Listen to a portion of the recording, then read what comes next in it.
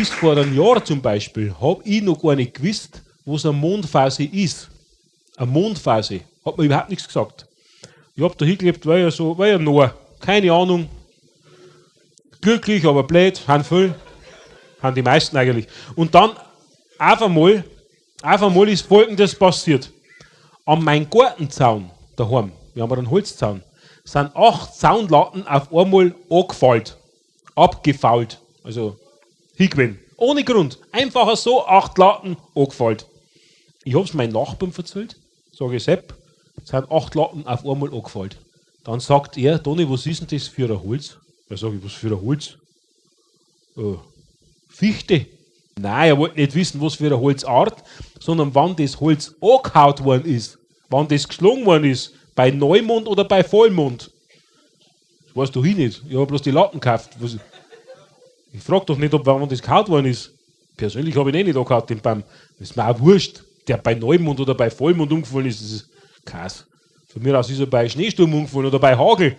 Das geht mit der Baum an. Das ist doch nicht mein Problem. Dann sagt er, der Sepp, mein Nachbar, ja Toni, wenn dir das wurscht ist, dann brauchst du dich auch nicht wundern. Dann brauchst du dich auch nicht wundern, wenn dir die Latten anfallen. Wenn das Holz nicht in der richtigen Mondphase geschlagen worden ist, dann Holz um Jahre weniger.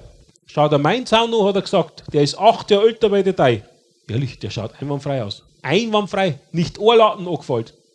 Eine hat gefällt, aber das ist selbst anders. Da ist einmal ein Besucher und mit dem Mofa dran gefahren. Allerdings bei Vollmond, aber ja. Kann jetzt der Sepp auch nichts dafür.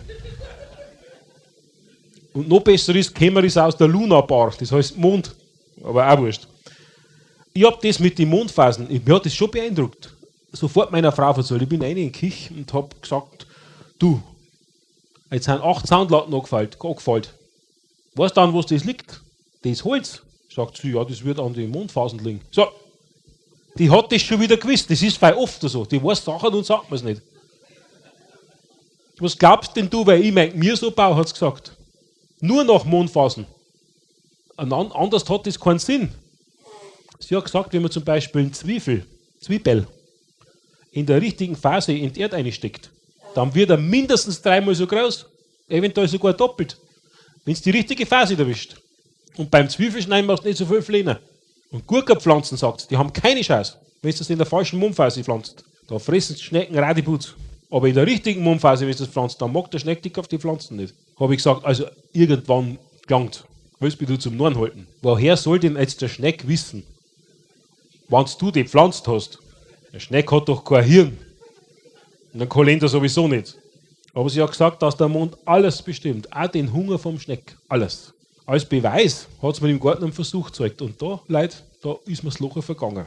Sie hat gesagt, heute, die hat einen Mondkalender gehabt, das ist so ein Becherl, heute ist eine schlechte Phase zum Erbsenanbau. Und heute, da ich 5 Erbsen in die Erde rein. Was ist eine da? Eine Woche später war eine gute Phase zum Erbsenanbau, hat es wieder 5 rein. Und ob es das glaubt oder nicht. Die, weil in der guten Phase eingebaut worden sind, die haben eher aufgegangen wie die anderen, obwohl sie eine Woche später in den Boden reingekommen sind. Das hat mich überzeugt. Ich habe mir sofort ein Mondphasenbuch gekauft, 29 €, aber das Geld habe ich schon wieder herin. Weil in dem Mondphasenbuch, da steht alles drin, auch über Glücksspiele. Ich weiß jetzt, wann der Mond auf Gewinn steht und auf Verlust. Das nutze ich brutal aus beim Schafkopfer. Beim Schafkopfer. Wenn ich weiß, ich habe eine gute Mondphase, ich tue alle schlechten Solos und Wenzen. Geht alles. Und wenn eine schlechte Mondphase ist, holt er mich zurück. Haha. Meine Kumpel haben keine Ahnung. Die haben das Buch nicht. Hoffentlich kriegen sie lang keins. Weil voriges Mal hat mich eine angerufen, eine Frau von einem. Du, der Hermann wird 50. Ich habe kein Geschenk, der hat alles, was soll ich ihm kaufen? Habe ich gesagt, kauf ihm irgendwas, bloß kein Mondphasenbuch. Ich habe auch meine Kinder in Mondphasen voll integriert. Wenn der Mond gut ist für die Leistungen, dann lasse ich es lernen. Die werden ins Zimmer reingespielt und gesagt, jetzt wird gelernt. Bei schlechten Phasen hat die Lernerei eh keinen Sinn. Können sie da am Fernsehen schauen oder Radl fahren. Allerdings muss man da wieder Obacht geben. Weil wenn eine schlechte Mondphase ist für die Verkehrssicherheit, dann ist Radlfahren auch nichts. Dann müssen sie halt dann stundenlang Fernsehen schauen. Das ist dann auch wurscht. Der Lehrer sagt, es war zwar besser, sie lernen, wenn sie eine Schulaufgabe haben, aber der hat das Buch auch nicht. Der kennt sich nicht aus. Besonders wichtig ist der Mondeinfluss beim Essen. Es gibt Phasen, die haben für die Verdauung ideal. Da kannst du Schweinshaxen essen mit für Knödel, als Nachspeise, als Sulz, kein Problem. Fällt dir nichts. Eine schlechte Phase, wenn du hast, mondmäßig, ist dir auf ein paar Wiener schon sauschlecht. Ehrlich, ausprobiert. Bei der Trinkerei ist das Gleiche. Wenn der Mond alkoholmäßig gut steht, 8 halbe, wäre ja 1. Einen schlechten Mondstand, wenn du hast, nach 3 Weißbier ritzt der Blech daher. Auch schon ausprobiert. Ungefähr ab der 10. halbe, da ist dann der Mond wurscht. Da.